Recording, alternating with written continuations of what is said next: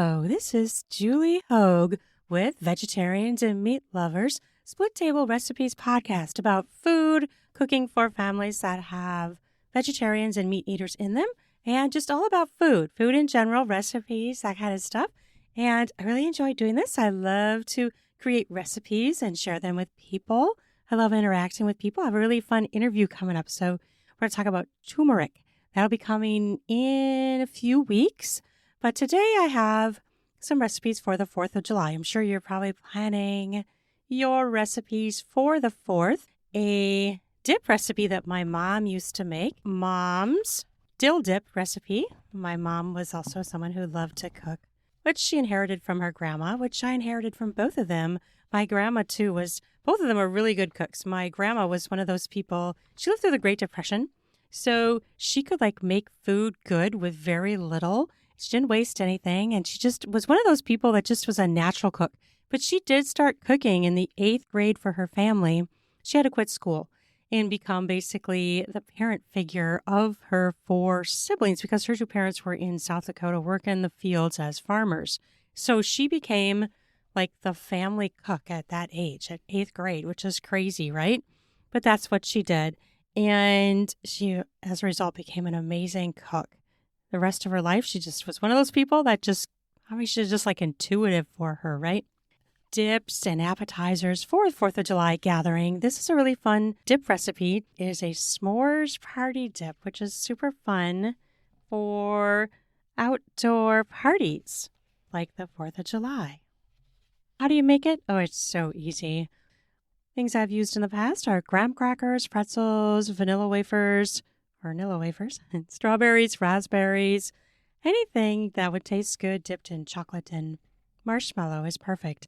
So basically this is so easy. 1 cup marshmallow cream with 1/2 cup cocoa hazelnut spread, 1 can of sweetened condensed milk, and 2 teaspoons canola oil to a microwave safe bowl. Stir, microwave for 30 seconds, stir, microwave for 30 more seconds, and stir until fully blended. I usually like to serve it warm. And then people can dip away and really enjoy it. It's a super yummy thing. The next recipe is a healthy hybrid vegetarian and chicken black bean Crispbread nachos. This is a healthier version of nachos because it uses those crisp breads, and which are a little more healthy than chips, right? And whenever you get the craving for nachos, but you don't want to have the fried chips, go for this. It's super easy. And it's a great appetizer or snack anytime. So you're going to take 1 tablespoon of coconut oil, 12 slices of multi-grain crisp bread, 1 can of black beans from a can, drained and rinsed, 1 tablespoon olive oil, 2 cups shaved Brussels sprouts, 1 cup shredded cheddar cheese, 1/2 cup finely shredded Asiago cheese, 1 10-ounce can diced tomatoes, and green chilies, drained and blotted with paper towel to remove some of that moisture. 1 cup of turkey sandwich meat or chicken pieces, cooked chicken. And then, of course, you can make some vegetarian ones, or just leave that part off. 1 cup salsa for toppings, and 1 cup sour cream for toppings, and about 1/2 cup of jalapenos for toppings as desired. How do you make it? You're going to preheat your oven to 275. Grease a cookie sheet with 1 tablespoon coconut oil, or you could skip that part. Lay 12 crisp bread pieces in a single layer on the cookie sheet. Drizzle 1 tablespoon of olive oil over the Brussels sprouts. Stir to coat. This is before you put it on the crisp bread. And you're going to top the crisp bread evenly with 1 cup black beans, 2 cups of the coated Brussels sprouts, oil coated, and 1 cup shredded cheese, 1/2 cup shredded Asiago cheese, and 1 can of tomatoes with green chilies. You're going to kind of cover the crisp bread with all of those. And sprinkle meat where desired over half or all, or make all vegetarian and skip the meat. Bake for 25 minutes at 275. Then broil on high for 4 to 6 minutes to crisp everything up. Watch closely, though, to prevent burning. Obviously, anything you're broiling, you got to do that, right? Remove from oven and then top with salsa, sour cream, and jalapenos as desired. Super easy, super healthy way to get some nachos, and really fun appetizer to put out. And it's kind of unique because most people think of nachos with chips, right? But this is a healthier nachos. And you can get that health from the crisp bread. There's so many different crisp breads you could try also, right? A lot of them are loaded with fiber, and They're crispy, so you get that crispiness of a chip, but it's not the fat of the chip. That's, chips are usually fried, right? So, they're a little bit healthier, and you can load these up as much as you want, and you could break them in half. I usually just keep them as their full crisp bread piece, and people just pick up the whole thing and eat that. So it is a unique thing, and it's a really fun way to have nachos. I hope you enjoy this, and I hope you think it's super yummy. The other thing I really want to mention is the great way also, I think, to make a wrap, make different wraps. If you're going to do like a tortilla and put lettuce and vegetables in it, and meat if you want, this is a great hybrid meal where you can build your own wrap. But what I love to do is take different dips and spread it on the inside of the tortilla before you add all your stuff. And it really makes it a different type of taste. Like if you take dill dip and spread it all over your tortilla and then fill it, or you take the Mexican hummus dip, spread it all over your tortilla and then fill it, you get a total different taste, and it's super delicious. It's a great way to spice up your wraps, to have a different taste, to have a different slant, a different mixture. So it's a great way, an easy, super easy way to have variety. Okay, now for my mom's dill dip recipe. I love this recipe too, and I grew up with her making this with veggies, and it was always one way that got me to eat veggies when I was a kid, right? Even being a vegetarian, I did love vegetables as a child, probably more than the average child, but it still got me to eat more vegetables with this dip. So the ingredients you need are 1 package of cream cheese, the 8-ounce package. I like to have it sit out for a little bit so it softens. 1/2 tablespoon dry onions or regular onions. I like to use the dry ones. I think they work better. 1/2 tablespoon dill weed. 1/2 cup sour cream. 1/2 tablespoon parsley flakes, and 1/2 tablespoon Lowry's seasoned salt. Basically, you beat it together, and then if you want it thinner, just add milk and keep blending it, beating it together with a hand mixer or a stand-up mixer, however you want to do it. But the milk can help it thin it a little bit if you want it thinner, and then just let it sit and serve when you're ready. So it's so easy and always a great refreshing thing in summertime to have something dill. I always love those dill cucumber recipes too. Ever had that, the salad? That'll be for another time. It's one of my favorite recipes.